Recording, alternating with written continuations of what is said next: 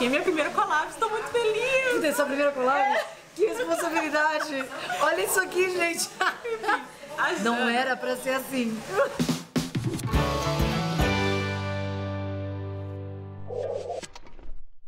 Oi gente, meu nome é Bel Oliveira, sejam todos bem-vindos ao canal. Hoje eu tô com essa pessoa aqui maravilhosa, da qual eu sou muito... Eita, caralho! Hoje eu tô com essa pessoa maravilhosa que vocês já conhecem, Jana Viscardi, dona e proprietária daquele canal que eu sou muito fã. A Jana, como vocês podem ver, tem uma vida corrida. O único momento que ela encontrou para que pudéssemos ter essa conversa foi aqui no salão de beleza. Então eu vim até o salão de beleza pra não perder essa chance de fazer uma collab com a Janaísa. A gente já gravou, deve estar os cards aqui em algum lugar, nunca sei que lado que é. A gente tá no salão de beleza, então a porta abre, a porta fecha, é secador, é chuva, é gente conversando. Não, isso que a gente tá falando do externo, olha essa cara aqui, Brasil. A gente tá aqui na vida real mesmo. Né? Enfim, mas vamos lá. Jana se apresenta pras pessoas que ainda não te conhecem. É difícil que alguém não conheça a Jana. Se não conhece, tem que conhecer. Oi, gente, tudo bem? Meu nome é Jana. Eu peço desculpas. Eu não tinha entendido que era a primeira collab da Bel. E aí eu tô me sentindo extremamente responsável por esse estilo de collab. Tão maluco, porta abrindo, com esse cabelo enlouquecido. Mas eu tava com viagem marcada e aí eu tive que reorganizar um pouco as coisas e a gente tá se encontrando aqui, né? Aqui, enfim, eu também tô aqui só por uns dias, então, né, ou era hoje ou era nunca. Então a gente grava assim mesmo, não tem problema. Se a Jana topou, quem sou eu para não topar? E aí é isso, eu tenho um canal no YouTube, eu falo de linguagem, de comunicação, da maneira como as pessoas podem expressar preconceitos através da linguagem, maneira como a gente pode ficar atento a isso pra não necessariamente mudar a maneira como a gente fala, porque tem coisas que estão ali, da nossa maneira mesmo de falar, mas pra estar mais atentos mesmo às outras possibilidades de falar e de entender o mundo a partir da linguagem, digamos assim, né? Maravilhoso o canal, gente, maravilhoso. Corram lá, porque eu sou fã, eu tô todos os comentários, sou eu lá, eu adoro o canal. Hoje eu trouxe a Jana pra gente conversar um pouquinho, né? A gente tava falando no vídeo dela, que a gente já fez pro canal dela, que vai estar aqui também, sobre a minha experiência de morar fora. E aí eu trouxe a Jana pra gente conversar sobre a experiência dela de morar fora, porque ela morou em 2 países, né, Jana? É. E aí ela vai falar um pouquinho pra vocês que tem curiosidade de saber como é, como foi o processo, quais países que ela morou. Então fale, Jana. Eu vou dizer que eu morei em 1 país e meio. Que eu morei pra valer na Alemanha por 2 anos e meio e eu fiquei 40 dias na China a trabalho. Eu, na verdade, sempre tive vontade de morar fora, desde adolescente, mas os meus pais não tinham condições de me pagar pra ir, então esse sonho ficou ali meio que requentando desde os meus 15 anos, até quando eu consegui uma bolsa de doutorado. Eu entrei na graduação e gostei de fazer pesquisa, então fiz graduação e mestrado. E quando eu comecei a fazer o doutorado, eu decidi que eu ia tentar uma bolsa fora do Brasil. A minha orientadora tinha falado de um pesquisador muito interessante na Alemanha, e aí eu decidi aplicar pra fazer esse processo fora. Eu não falava alemão. Essa era a pergunta que eu ia fazer, se você falava alemão, porque alemão é uma língua, né, aquelas bem complicadas. Eu sempre achei que eu fosse viver em algum momento na França, quando eu tava na graduação e no mestrado. Tinha alguns pesquisadores que eram bem interessantes e eram franceses. Pode a Débora vai entrar aqui? Temos uma participação especial, pode participação especial da Débora, que vai olhar pra ver se a gente pode tirar ou não esse negócio da cabeça. Eu vou continuar. Pode continuar. Tudo bem, Débora? Oi, Débora. Tudo bom, Débora? Tudo bem? Então eu fiz francês na faculdade, eu estudei na Unicamp, a Unicamp tinha cursos gratuitos de língua estrangeira e eu, por estar fazendo letras em linguística, eu acabava ficando muito próxima do Instituto de Línguas, então eu fiz francês, mas no meio do caminho então veio essa possibilidade de pensar um estudo na Alemanha e eu achei que isso seria uma boa ideia, então eu apliquei pra bolsa. E eu lembro de fazer a entrevista pra bolsa e chorar. Sentei na sarjeta e chorei quando acabou. Meu Deus! Eu não vou conseguir. E era em alemão a entrevista? A entrevista era em português e uma das perguntas era: por que você não fala alemão? Porque por ser de humanas e para ir para um instituto que estudava linguística, as pessoas pensavam que eu ia estar em contato com muitos textos em alemão, e era fato, e que eu deveria então, portanto, falar alemão. Eu sofri muito nesse dia, eu lembro até hoje. Fui aqui em São Paulo, no Goethe Institut, que é inclusive perto de onde a gente está agora. E aí, na verdade, o que aconteceu é que eu fui aprovada. Aí, ó. Tá vendo? A gente acha que vai dar tudo errado, mas no final as coisas se acham. Vai dar errado. E aí deu certo e eu fui aprovada, então a bolsa saiu. Ela saiu com um elemento que era muito importante, que eram esses 6 meses antes para eu poder estudar alemão. Então, na verdade, eu não fui direto para fazer a bolsa de estudos. Você teve 6 do meses doutorado. Preparatório, digamos assim, de curso de alemão. A bolsa podia incluir 2, 4 ou 6 meses de estudos de alemão. Eu consegui os 6 meses, eles me ofereceram os 6 meses de estudos de alemão. Então isso foi fundamental para mim, porque eu tava num grupo de pesquisa, depois que eu fui entender, que eram todos alemães. Eu tinha uma colega colega finlandês, eu acho, na época, e todos os demais eram alemães. Mas então foi fundamental, se não tivesse conseguido essa possibilidade... Eu teria ficado muito mais isolada. Muito isolada, muito isolada, porque eu não teria a possibilidade de conversar com os meus colegas, né? É claro que 6 meses não eram suficientes, então eu tava ali, mas não era... Mas a vivência do... Acabou aqui? Não.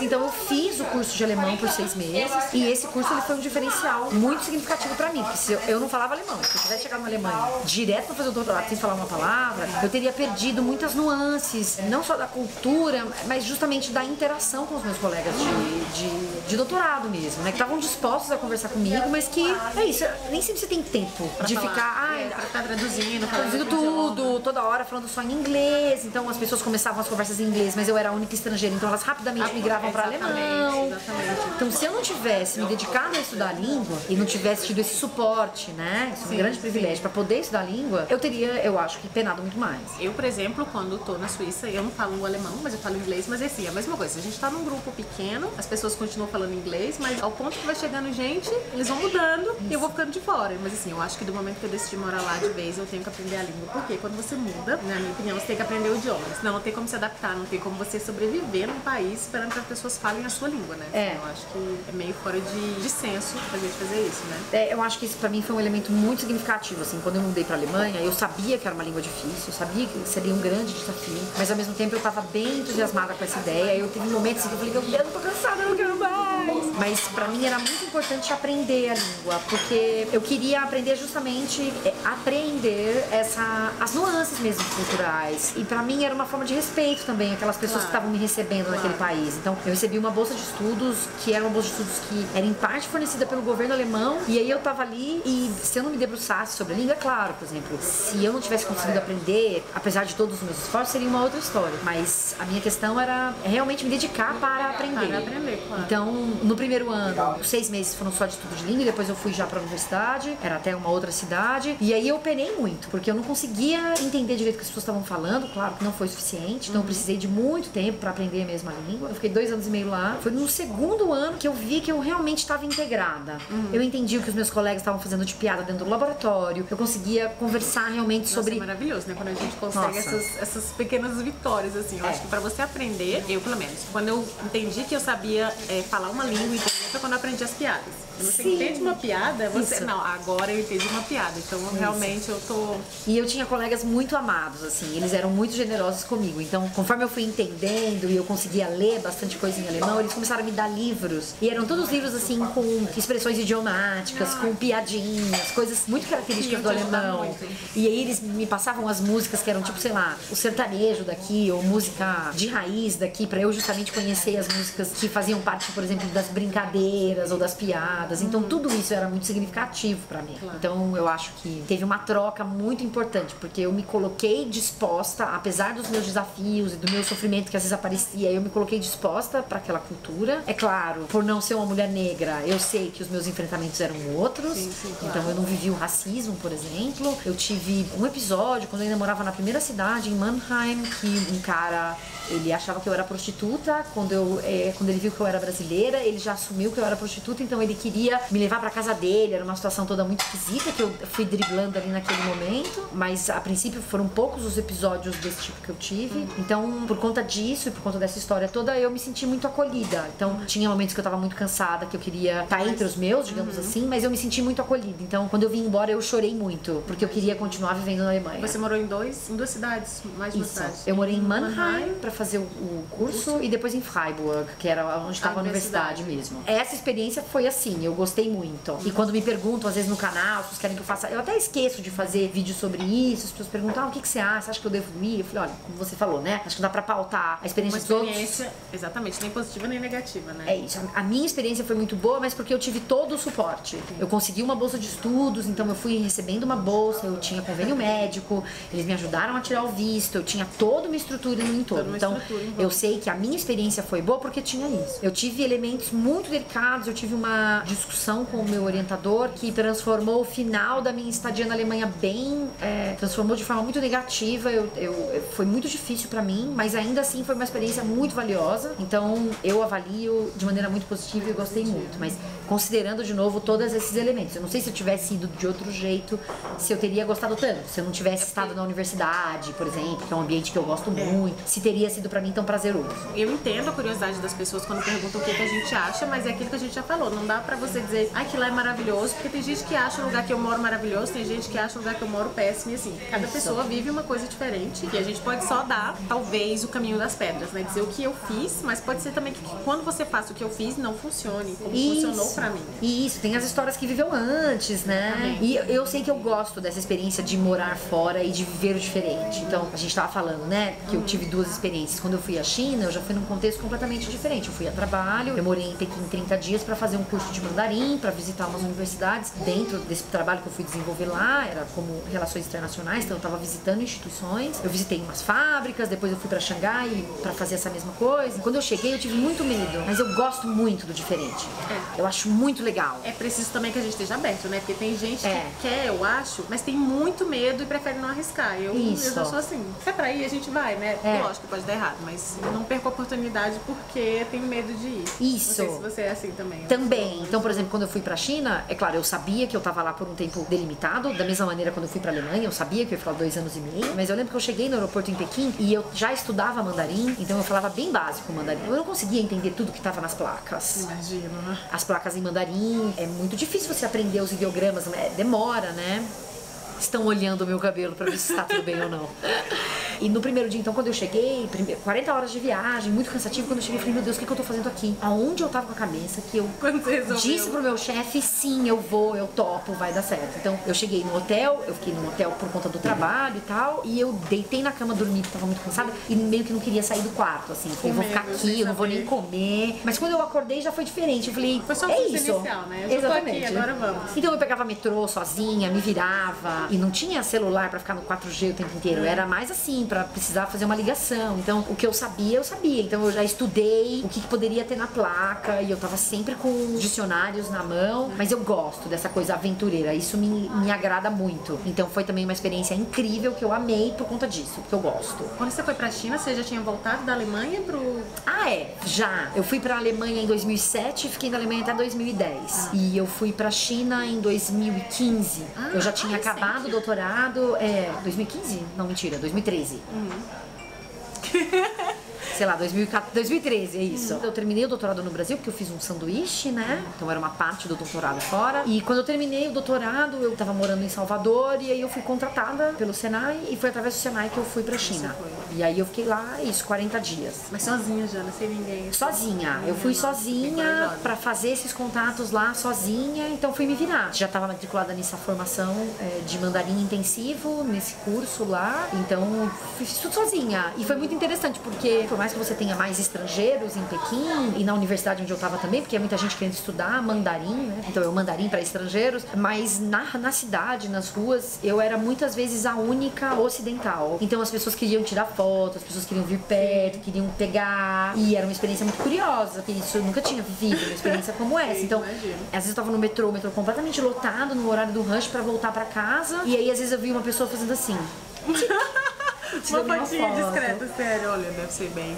Em episódio de turismo, por exemplo, no final de semana eu aproveitava pra visitar a cidade. E eu ia em pontos turísticos que as pessoas estavam. Só que os turistas eram os próprios chineses, que vinham de outras regiões do país, que o país é muito grande como a gente aqui, né? A China é muito maior que o Brasil, mas essa ideia de você, de repente, ir pro Amazonas e você nunca foi pra lá porque é muito longe da sua casa. Então tinha muita gente de lugares muito distantes de Pequim. Eu não conheço o sul do Brasil, assim, porque é muito longe do Maranhão, então Exatamente, então tinha muitos chineses fazendo turismo, assim como a gente faz turismo no Brasil. Eu me lembro de estar na Cidade Proibida, que fica em Pequim, e tá com a câmera na mão e ver um cara também com uma câmera semi-profissional, e era um chinês, e eu dar um sorrisinho do tipo, estamos aqui fazendo fotos. Aí de repente esse cara se aproximou e perguntou se ele podia tirar uma foto minha. Eu falei, claro, sem problemas. E aí a gente tava perto de um espaço que era bem visitado, assim, dentro da Cidade Proibida. E aí, de repente, começou a vir um monte de gente. De repente eu tinha uma criança no colo, porque eu virei a turista do negócio. E aí as pessoas começaram a me entregaram criança no colo, sei lá onde é que tá essa fotografia. Você chinês. Olha, se você estiver assistindo a Jana,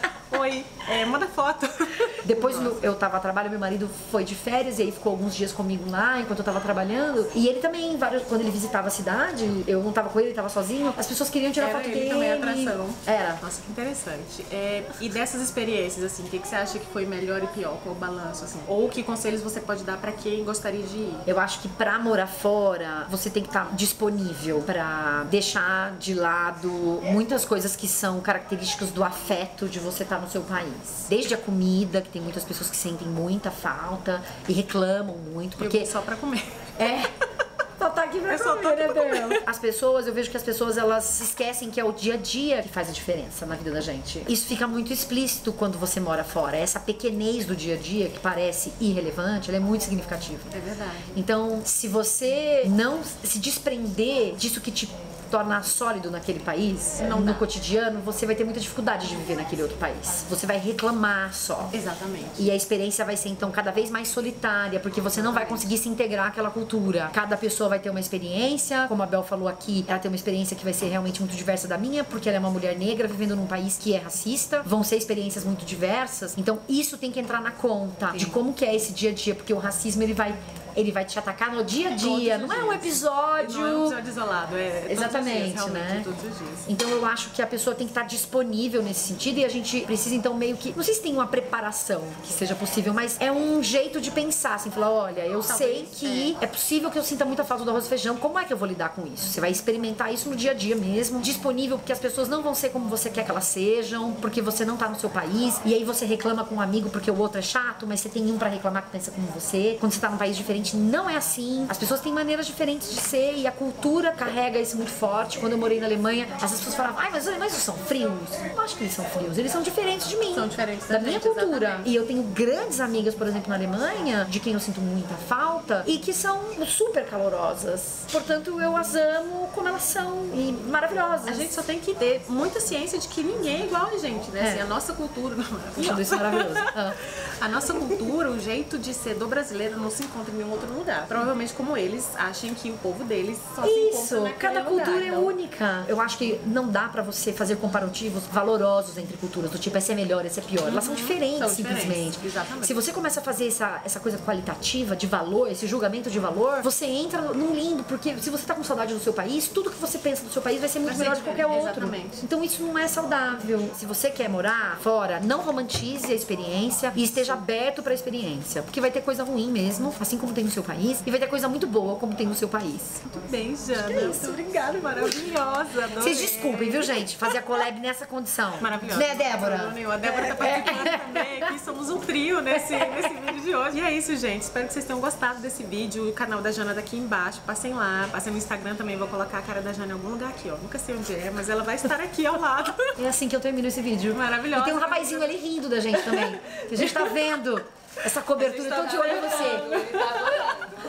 Obrigada, Jana. Obrigada por ter a topado você. essa experiência maravilhosa. Obrigada a você por ter topado isso desse jeito. Valeu, Dani. Tchau. Um beijo, gente. gente. No próximo vídeo. Tchau, tchau. Tchau, tchau. Maravilhoso.